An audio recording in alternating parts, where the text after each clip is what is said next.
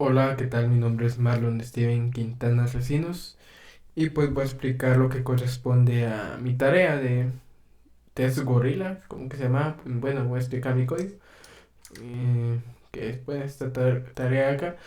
Y entonces voy a explicar el primer ejercicio que prácticamente trata de crear un sistema de puntuaciones evaluando cada elemento de una matriz. Si, bueno, un elemento, pero son números enteros todos, ¿no? Si el número es par, le sumamos uno, si es impar, le sumamos 3, si es un 5 le sumamos 5 y el cero lo vamos a considerar como número par. Está facilito, porque lo único que hay que hacer es ir recorriendo la matriz y ir evaluando si es par, impar o un 5 y dependiendo de eso sumar tanto de puntos, ¿no? Entonces, está acá mi código. Primero, pues creé una función que me va a devolver un número entero porque en sí lo que me va a devolver esta función es el resultado o la suma de todo, ¿no? Entonces, pues int.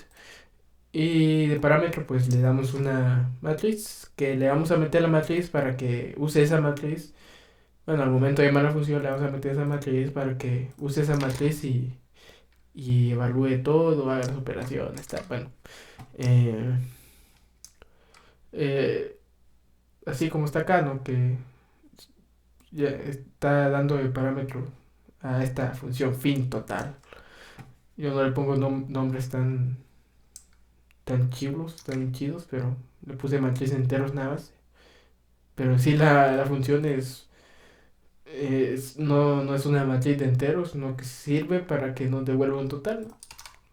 Bueno, me cuesta un poco con los nombres a veces, cositas que tengo que mejorar. Entonces, primero declaro mi variable entera, que es esta misma donde vamos a retornar todo el resultado. Entonces, recorro toda la matriz usando for anidados. Primero recorro las filas, luego las columnas.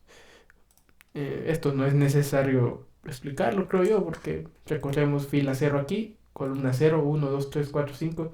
Cuando se acaban las columnas, recorremos fila uno, luego columna cero, uno, 2, 3, y así sucesivamente, tal y tal. Bueno, que en este caso solo vamos a usar este una solo vamos a usar una fila. Bueno, aquí en esto solo está usando una fila, entonces se pudo, creo que era más fácil hacerlo con un array, pero bueno, aquí hice matrices, entonces, o no sé si se refería a matriz como a un array, porque hay veces que dicen matriz de una dimensión, matrices de bidimensionales y así, pero bueno, yo por si las dudas hice matrices aquí. Entonces, recorro esto y bueno, yo primero lo hice así. Esta fue mi lógica primero y funciona. Pero esto es lo mismo, solo que más resumido, ya lo voy a explicar. Eh, bueno, entonces con un if, eh, esto ponemos ij porque estamos evaluando la posición de la fila tal y columna tal. Estamos evaluando exactamente ese elemento de esa posición, ¿no? Entonces, si ese elemento que está acá, este elemento que corresponde a esta posición es que estamos poniendo, ¿verdad? Es igual a 5. Entonces, vamos a tomar la variable suma y le vamos a sumar su valor más 5. O lo ponemos de esta forma, que es más fácil, más resumido, y así es como yo lo pongo. Más fácil, solo un más igual 5. Y estamos diciendo igual lo mismo. Si no se cumple esta condición, entonces va a pasar a la siguiente. Aquí un else if. Y dice, bueno, esto, aquí lo que estamos diciendo con este signo de porcentaje es que vamos a tomar el resto, el residuo, no de la división que hagamos dentro de dos. O sea, vamos a dividir este elemento de esta posición dentro de dos y lo que vamos a evaluar en sí es el residuo, ¿verdad? Porque si estuviera dividiendo, pusiera esto, pero no, yo quiero evaluar el residuo. Entonces, así se pone el signo de porcentaje. Ya si el residuo es igual a cero, entonces significa que es un número par, ¿no? Porque, por ejemplo, 6 dividido 2, 3 por 2, 6. El residuo queda cero, y así con todos los números pares. En cambio, con un número impar, pues no queda cero el residuo. Por ejemplo, 7. El número más cercano a 7 es 6, ¿verdad? Entonces 3 por 2 6. Del residuo queda uno, no queda cero. Entonces, así diferenciamos los números pares e impares. Pero, ojo que aquí el cero también se considera un par. Entonces, aquí mismo le pongo o, un operador lógico, ¿verdad? De OR. Se ponen estas dos rayitas. O si la matriz, bueno, si el elemento es igual a cero. Entonces, ya sea que se cumpla una de estas dos condiciones, se le va a sumar uno. Si es par o si es cero, ¿verdad? Porque el cero en sí no es un número par. O sea, si dividimos 0 entre 2, pues no nos va a dar cero, ¿no? Entonces, hay que especificar que también si es cero cumple esta condición y se le suma uno. Ya como ya agotamos aquí todas las condiciones, ya agotamos si es 5, si es par o cero, ya solo nos quedan los números impares. Entonces, a todos los demás números se le va a sumar 3. Eh, perdón, estoy un poco ronco. Entonces, aquí eh, lo único que hice fue traducir esto a con ternarios, que es más fácil. En los ternarios, cuando son condiciones así simples, que no llevan tanta cosa, aquí al cumplir una condición simplemente sumamos un número, ¿verdad? Y así hacemos con todas. Es más fácil usar ternarios. Aquí está la sintaxis, variable igual a condición, eh, el signo de interrogación. Luego si pone, si es verdadera la condición, ¿qué va a pasar, verdad? Dos puntos. ¿Y qué va a pasar si la condición es falsa?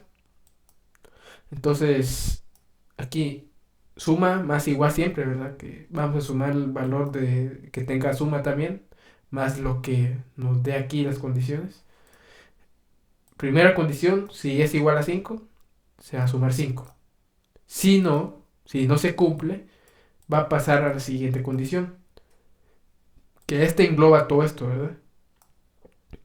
Si es par o si es igual a cero, cualquiera de esas dos condiciones que cumpla, le va a sumar uno. Si no, aquí están los dos puntos, le va a sumar 3 porque como ya agotamos todas las demás probabilidades, ya solo nos queda sumar 3, ¿verdad? Entonces, eh, eso es prácticamente eso. Los ternarios son fáciles de usar, fáciles de entender. Y creo que se mira un poco mejor que todo esto aquí, ¿no? Pero de las dos formas funciona bien, no hay ningún problema. Eh, por ejemplo, ¿qué pasaría si yo pongo, por ejemplo, o sea, en sí el orden no importa tanto de las condiciones.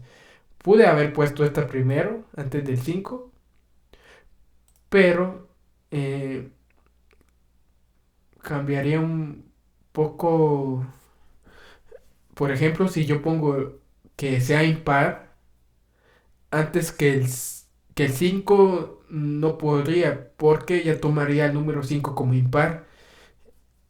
Entonces, por ejemplo, si yo vengo y aquí en vez de poner igual pongo un signo de negación y lo pongo aquí al principio, ya no, y pongo un 5 me lo tomaría con número impar.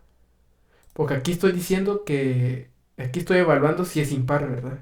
Porque no sería igual a cero el resultado si es un impar. Entonces el orden sí importa un poquito, porque si evalúo antes, por ejemplo, si es un impar, antes que evaluar 5 pues me tomaría el 5 como un impar y no como un 5 que es que tiene una puntuación diferente. Y ya acá simplemente, pues, eh, aquí, bueno, voy a comentar esto nada más por ahora. Aquí nada más, ya llamo la función, ¿verdad? Obvio, mi variable, tengo que declarar una variable en la que va a retornar del mismo tipo, que es un entero. Entonces yo le puse int resultado igual a, y ya puse mi matriz aquí, que es 1, 2, 3, 4, 5. Lo voy a correr rápidamente y me tiene que dar 13, ¿verdad? Que es esto de acá. Y está, la puntuación es 13. Y voy a poner, por ejemplo, este 5, 5, 5.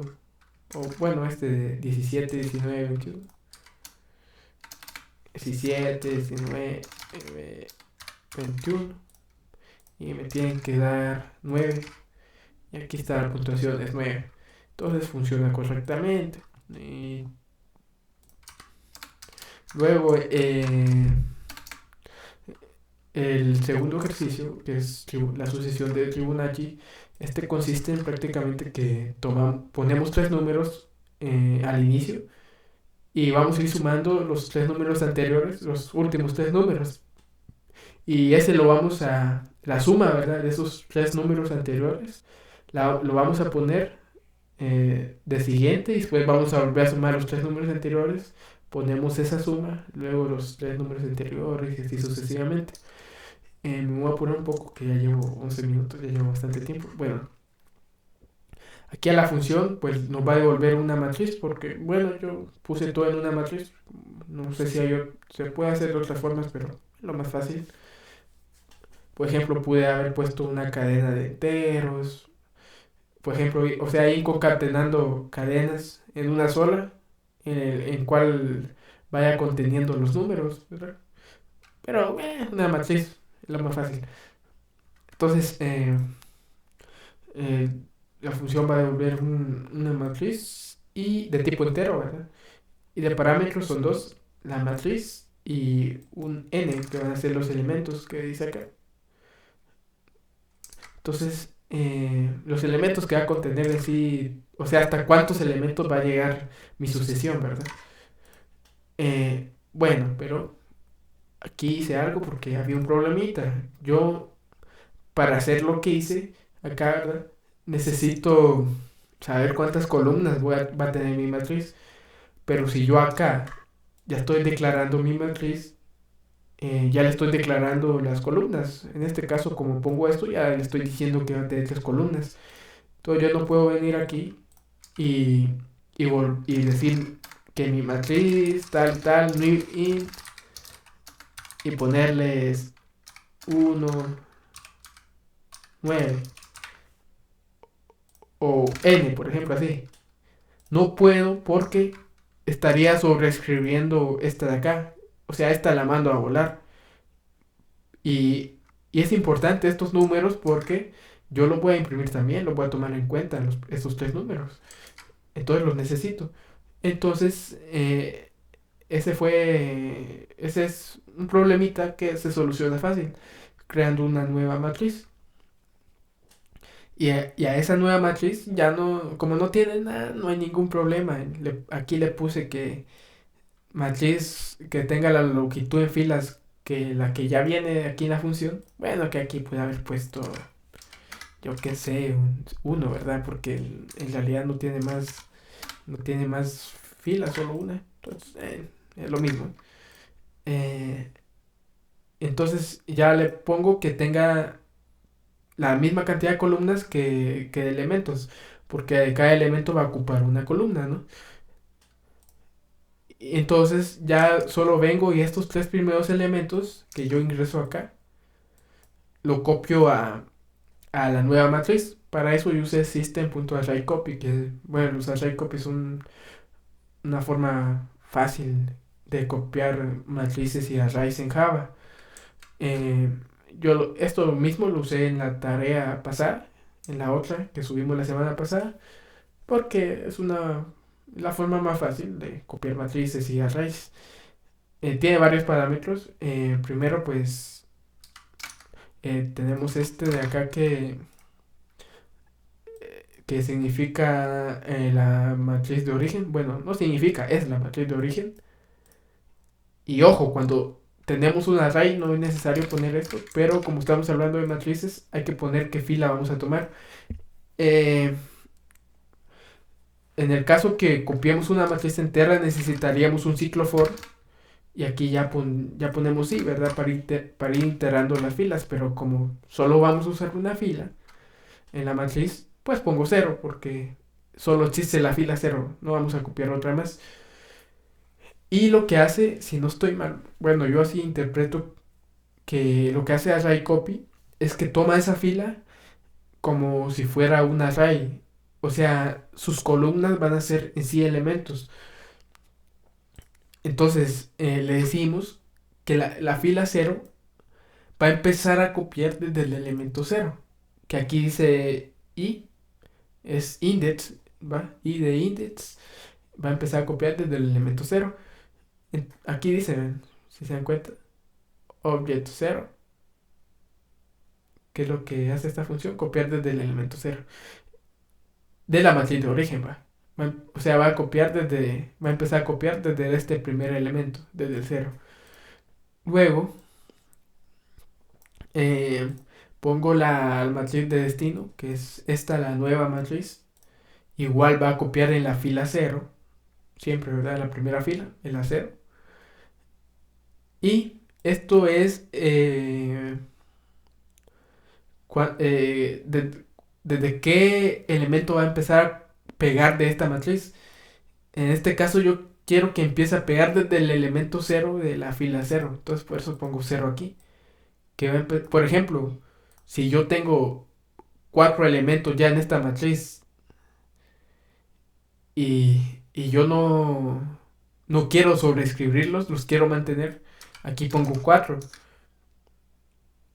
¿verdad? Porque tendría ya, porque estos elementos de aquí, cero, uno, 2, 3, son 4 elementos, los quiero dejar, entonces yo empiezo a copiar desde aquí, esta posición que es la 4. Pero yo quiero empezar a copiar de aquí al principio, porque en realidad lo que yo tengo aquí son puros ceros, así. Tengo puros ceros, ¿verdad? 9 espacios que están acá, 9 espacios. Bueno, dependiendo de lo que ingrese, pero yo aquí ingresé 9. Aquí tengo 9 ceros. Entonces quiero que empiece desde el primerito. Eh, Luego, el último index, aquí dice su index 2, que es el cuántos elementos voy a copiar. A partir de este, desde el 1, desde que empieza aquí, cuántos elementos voy a copiar. Bueno, aquí voy a dejar 0, antes que se me olvide. Entonces voy a copiar 3 elementos porque solo son Fibonacci, no voy a usar más. Son 3 elementos, ¿verdad? Los que voy a copiar aquí puede haber dejado también, por ejemplo, matriz y punto length, que de esta forma estoy, bueno, sí, sería 0 aquí. Y no porque no estoy usando un ciclo for, pero es la fila 0. Lo que estoy haciendo aquí es obteniendo las columnas. Pero como son 3 columnas, pero bueno, como es una matriz fija que siempre va a tener 3 elementos al principio, solo pongo 3. Y ya, porque son 3 elementos los que voy a copiar siempre. Como en la sucesión de Fibonacci no se ponen menos ni más elementos, ¿verdad? Siempre son 3. Entonces, copio lo que ingresé, la primera matriz, la copio a la nueva. Y luego con un ciclo for, que en este caso no es for anidado porque, si se dan cuenta, como solo es una fila, en la matriz no es necesario que yo venga a recorrer filas. Simplemente tengo que recorrer las columnas. Entonces, por eso solo es un for. Y empezamos desde 3, porque, bueno, ya lo voy a explicar. Y aquí le damos que va a ejecutarse el ciclo siempre y cuando i sea menor que n, ¿verdad? Que son mi número de elementos. Y va a aumentar de uno en uno. Entonces aquí declaro una nueva variable que se llama suma. Y voy a decir que, bueno, aquí voy a hacer algo para explicarlo. 0, 1, 1. Entonces, bueno, aquí es 0, ¿no? Que es igual que esto. Entonces, le estoy diciendo que la posición, la fila 0, pero ¿por qué en la columna pongo i menos 1? Bueno, i empieza en 3, ¿verdad? Pero recordemos que las columnas y filas en las matrices empiezan desde 0. Entonces 0, 1, 2. Esta es la columna 2, no es la columna 3. Y aquí estoy diciendo que es la columna 3, pero en la columna 3 en realidad que hay un 0, ¿verdad? porque está lleno de cero todo lo demás. Todo esto está lleno de ceros. Entonces, yo necesito el elemento de la columna 2. Entonces, por eso es esto 1. Para tomar el 2, porque es 0, 1 y 2. Ya luego le sumo el elemento que está atrás de ese, que sería este. Ya que restarle 2, ¿verdad? Para retroceder 2 posiciones. Y para este hay que retroceder 3 posiciones. Y entonces ya sumo esos 3 elementos. Y en esta parte de aquí abajo, le digo que en la posición, en tal posición, ya voy a poner la suma que yo hice acá. ¿Por qué empezar de 3? Porque los ciclos for si empiezan desde 1, ¿no? O sea, 1, 2, 3. O sea, esto va, va más o menos a, a equivaler a... Bueno, no empiezan en... Lo estoy diciendo de mala forma en realidad. Eh, es que yo puse 3 porque yo estos elementos de aquí ya no los quiero tocar. Que aquí está hasta el 2. Yo voy a poner uno nuevo a partir del 3, que sería acá. Por eso empiezo en 3. Porque yo voy a empezar a pegar a partir del 3. Porque estos de acá ya no los quiero copiar. Ya no los quiero tocar. Ahí que se queden, ¿no? Y también porque si empiezo desde el 2, además de que aquí al momento de poner ya el elemento de la matriz tendría que sumarle 1. Aquí, al poner 2 aquí, ¿verdad? Tendría que restarle 2. Y aquí tendría que poner 2. Aquí restar 1. Y aquí restar 2. Y solo que aquí ya no terminaría en 9, no que en 8, ¿verdad? Pero creo que es más entendible hacerlo así como lo hice yo. Entonces, acá ya simplemente en el main, vas a comentar esto y esto. Ya simplemente llamo mi función. Obviamente, como estoy retornando una matriz, hay que declarar una matriz aquí en el for. Entonces, aquí ya le paso de parámetro la matriz y n. Y con un ciclo for que creo, no estoy seguro, que no ni siquiera era necesario venir y hacer un for aniado. Como solo es una fila, debería de quedar de esta forma. Y aquí simplemente poner 0. Perdón. Aquí poner 0 y aquí poner i. Y no tendría que haber ningún problema porque solo estoy usando la fila 0. No voy a usar más filas, entonces con un for es suficiente. No es necesario hacer for anidados para imprimir esto. Porque solo voy a imprimir una filita. Entonces lo voy a correr. Puse la misma aquí la misma matriz que acá, 001 y 9 de números para que podamos ver la salida que es igual. Ay, perdón. Aquí, aquí no, aquí me equivoqué porque aquí es 0 para obtener las columnas, ¿verdad? Y aquí estaba obteniendo la longitud de las filas. Entonces, aquí se imprime la misma salida que acá, 0, 0, 1, 1, 2, 4, 7, 13, 24. Se imprime exactamente lo mismo, entonces está funcionando mi sucesión de Fibonacci.